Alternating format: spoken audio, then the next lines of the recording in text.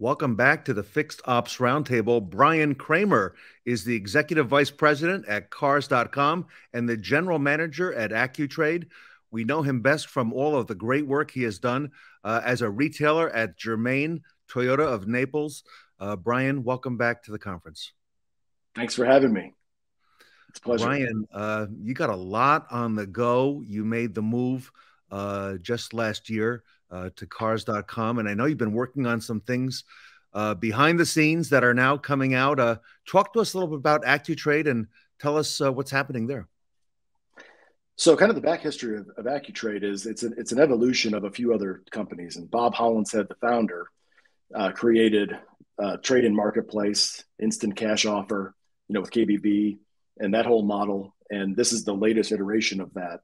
And I guess I would say evolution. And he recently, sold it and was acquired by Cars.com with Alex Vetter. And the plan of it is to scale it in a massive way. And in many ways, I think it's going to be the most disruptive piece of the automotive industry. For years, we've had, the digital retail and credit applications, digital multi-point inspections, online appointment scheduling, and all these different things. But the one thing that hasn't been disrupted is the appraisal process. And, you can even buy F&I products online, but very few will give you an exact number that's penny perfect. And we guarantee it, to that as long as it's, says what it is. And we're very aggressive because our goal is to acquire vehicles, not, steal trades. So the average dealer, as we find in the United States, is at 43% trade acquisition on new car transactions. So if they sell 100 new cars, they're going to take in 43 trades. So there's obviously a lot more than that. So that's kind of where we come in, is to move that number up so that they're not getting their car appraised by somebody else. We give them a competitive number and we give it to them very, very quickly. This is the first time I've heard of technology being deployed here. A big topic, as you and I discussed at the roundtable, is acquisition of customers' vehicles, and on the service drive in particular. As you know, that's been a very big topic in the last 18 months to 24 months. And I think it's going to be an even bigger topic because, as we look at anybody, and everybody says it, every industry expert, that fixed operations from service, parts, body shop, rental car business is going to be one of the fastest growing, the fastest growing part of the business and the largest growth between now and 2030. So I worked out some bugs with the team at Germain Toyota, and we can tell you about 10,000 ways not to acquire cars on the service drive and all the ways that don't work.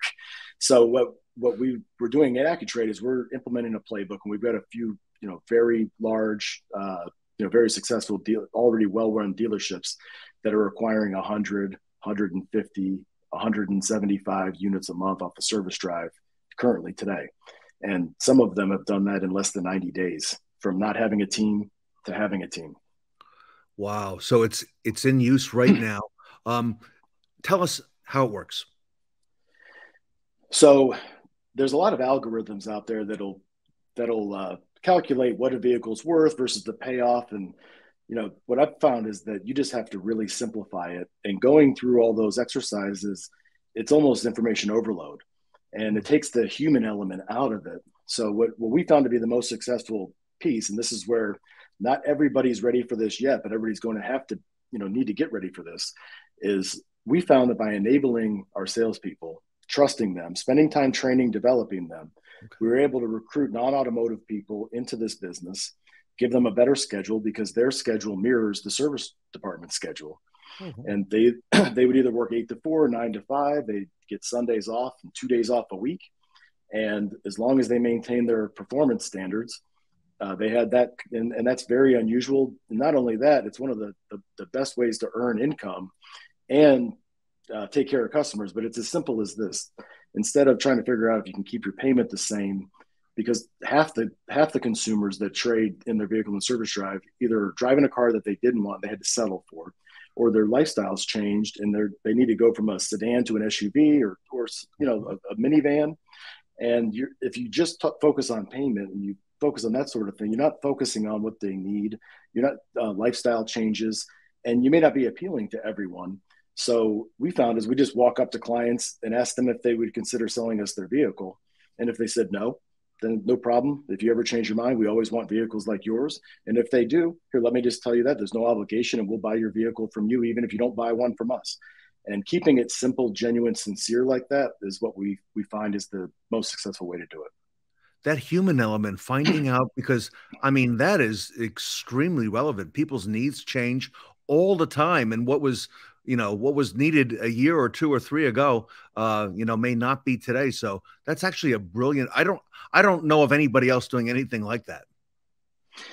And I found out because I was trying to figure out what was working and I was doing it for a presentation. And when I look back, 80% of the deals we worked had equity, but what was it? Only 93% of the deals that we actually transacted on had negative equity. So we're expending all this energy on these people with equity, trying to mine for equity, when in fact it didn't have any bearing on the actual outcome once we looked at the data. And then just said, well, why are we even doing this? Why don't we just talk to the clients and tell them what we're trying to accomplish? And it's almost like their guard got down. The key is not to sell and to really be genuine in that situation. And once you get that system down, there's a two-prong effect that I've found. A, you don't have to spend as much money on the sales side because your retention goes up. They already know you. They like your dealership. They're obviously coming into your service department, but you can move that advertising spend to the service department. And as you go after the service drive acquisition, the closing ratio is much more, and it's much easier to drive more traffic through the side door than it is through the front door. I was just going to ask you, what's in it for the dealer? What are the benefits? And you're just honing in now on those are huge benefits, Brian. Any others that, that were maybe not intended originally that you've seen come to market? Yes, and we're actually using this reporting right now at Accu-Trade. We go through and we identify, okay, what are the fastest turning vehicles? What are the most profitable vehicles? And what are the hardest to find, the scarcest vehicles? And I think we all know where they're at. They're on the service drive. So now you can get this team that hones in on those vehicles. And when they see one come across, they're definitely, and you're going to pay above market value because they command an above market retail price, but they turn very, very quickly. So it's a win for the dealer. It's a win for the consumer. And it's a win for the manufacturer because you're retaining it within the brand. I love it. All right. So is it difficult? I think going back to some things you just mentioned, to deploy and get started at the dealership level, how does it work? How long does it take? What have you seen typically? So Accu-Trade is really a turbocharger for the appraisal process as a whole. So there's, showroom appraisals, sight unseen or driveway appraisals, service drive appraisals, and then we've got a buy center product for vehicle acquisition, virtual online acquisition. But focusing on the service drive piece itself, I would say that's probably the run of a crawl, walk, run strategy, is getting the team on board with appraising cars in a different way. It's much faster. You can appraise a car in 30 seconds. And, we had a team of people that worked at Starbucks and PF Chang's that we could get up and running within a week to be able to appraise vehicles on something that used to take years to teach someone. So it ramps up that learning curve by taking all the knowledge of, Bob Hollinshead's team and basically instills it into the software. And we've got the best buying team, the top wholesalers in the world are all on our team. They're the ones that are putting the values on these vehicles and they're updating it sometimes 3 to 5 times a week. So everybody can have confidence that it's competitive. You don't have to worry about, oh, well, let me wait to get with somebody or figure this out. It's very, very accurate. And on the service drive specifically, obviously we've all got an hourglass that the time is running out and the sands are going through it. And when they get checked in on the service drive, which is very important to have the ASN check it in first, so you don't mess with that whole process. But once that's done, now they can begin more efficiently in a decentralized way. If it's up on the lift, the salesperson can gather the photos. We have an OBD scan tool that actually populates the mechanical aspects, not just the cosmetic aspects. So if it's got a catalytic converter removed, if it's got an oxygen sensor, or like a 170,000 mile Dodge 1500 that I saw yesterday, I'm like, well, how much is this going to cost to go through the shop? We scanned it, 0 issues. It was maintained like clockwork. So it also prevents risk aversion when appraising a vehicle like that. You can actually put the right money in because you don't have to guess what it's going to be the next day when it goes through the internal service department. You know ahead of time, so you can predict the future and pay the right money for the car. So it's not disruptive to the service process. I'm still going to write the customer up, go over the primary concern, get the vehicle going today. And I don't have to wait to go get my used car manager who's busy now looking at other cars or involved with something else to come and look at that trade.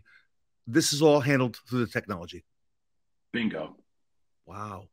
That is a deal changer. That is huge.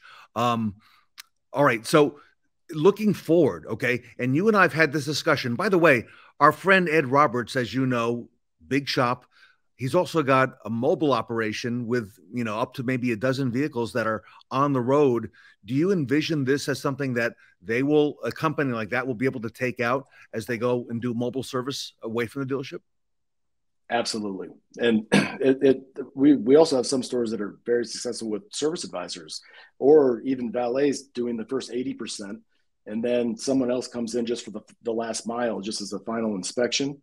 But they can still take the photos, just like we do a service walk around. And actually, that was the genesis of how we tripped over it. Wendell Hardy and I were looking out on the service drive, and I mentioned to him, and I said, "Look, we've got all these service valets that are out of the service drive. We trust them on 5,000 repair orders a month to take an iPad, do a walk around, check the battery test, check the wipers. They do the initial stuff of an MPI or walk around, and we don't trust our salespeople to do the same thing, or even some of our managers." And I said, "Now, how many times is there actually a mistake, or we have to write a check for them missing something?" And if you look at the total aggregate, it was negligible.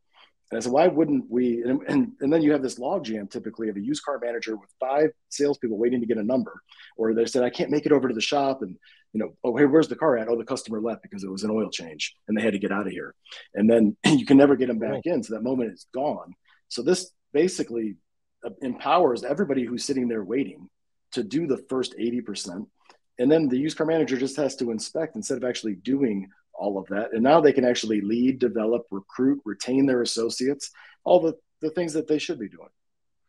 And as you mentioned, you envision that we're going to be able to do this also on a mobile basis, because that's been a part of the conversations here at the Roundtable as well. This move to going to the customer's home and being available, for their convenience. Yes, and there's a couple of things that we can do to integrate into that. We've got some dealers that are doing mobile. They'll leave a paper appraisal, just regardless if they ask for it or not, just to let them know what the vehicle is worth.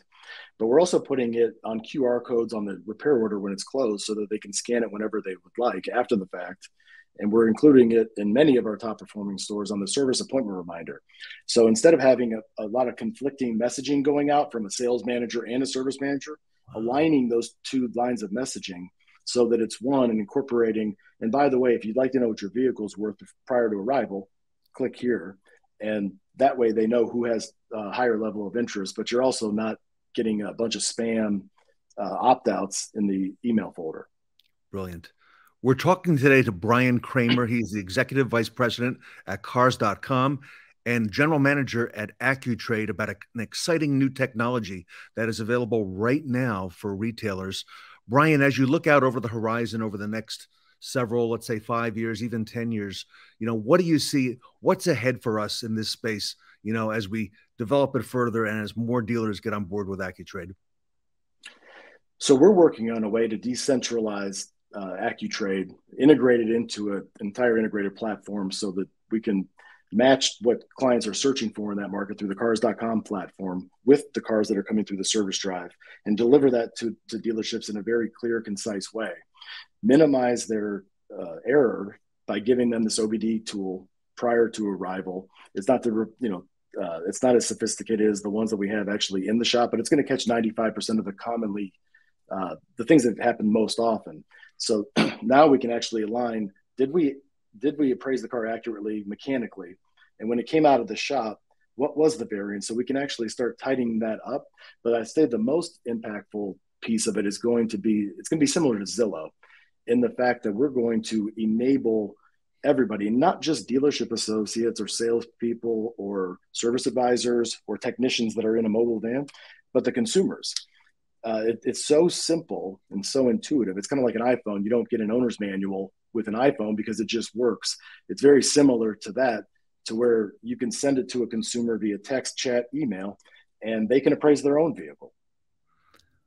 I personally love how you relate this to other industries with this technology, and that makes a lot of sense. Brian, if our audience wants to reach out and find out more about Accu-Trade and get involved with the platform, what do they do?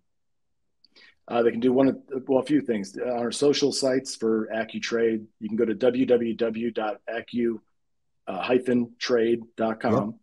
the cars.com website, or you can email me at bkramer, Kramer, at cars.com. And that URL is scrolling across the bottom of the screen, everybody. And of course, you know, Brian Kramer is on social media. He's everywhere. And Brian, congratulations. And this is really, really exciting. I think it's the most exciting time in the history of automotive retail. It's a great time to be in the business. Brian, on behalf of the Fixed Ops community, thank you for all you do, and excited to hear more and have you back in the future and learn what's happening next with Accu-Trade. Brian Kramer, everybody, here today at the Fixed Ops Roundtable.